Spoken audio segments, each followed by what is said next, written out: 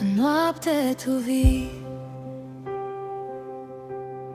cu strigătul tău,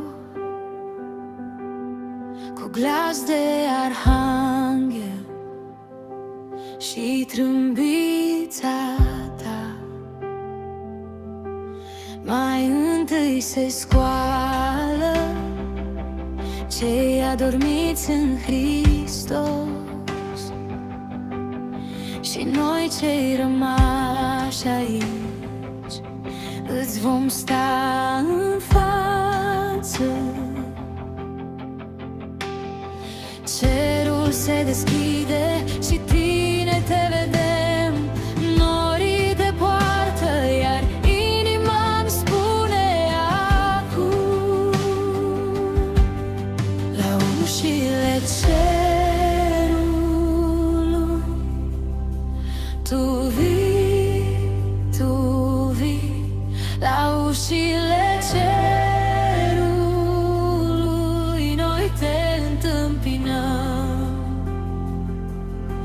Cu tine pe veci, cu tine pe veci, mângâiați-vă unii pe alții cu aceste cuvinte.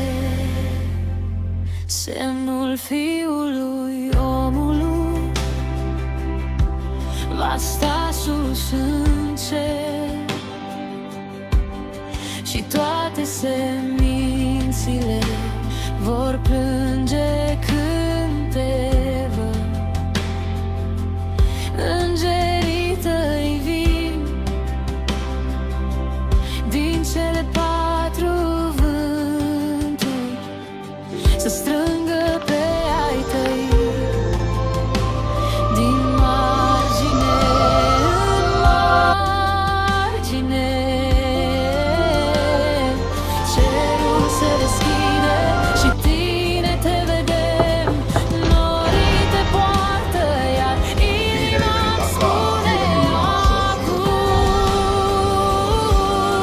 la ușile cerului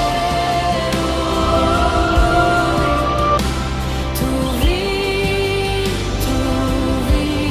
la ușile cerului noi te întâmpinăm.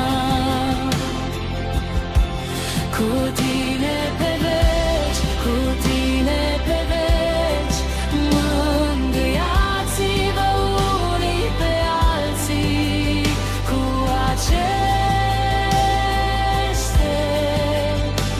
cuvinte.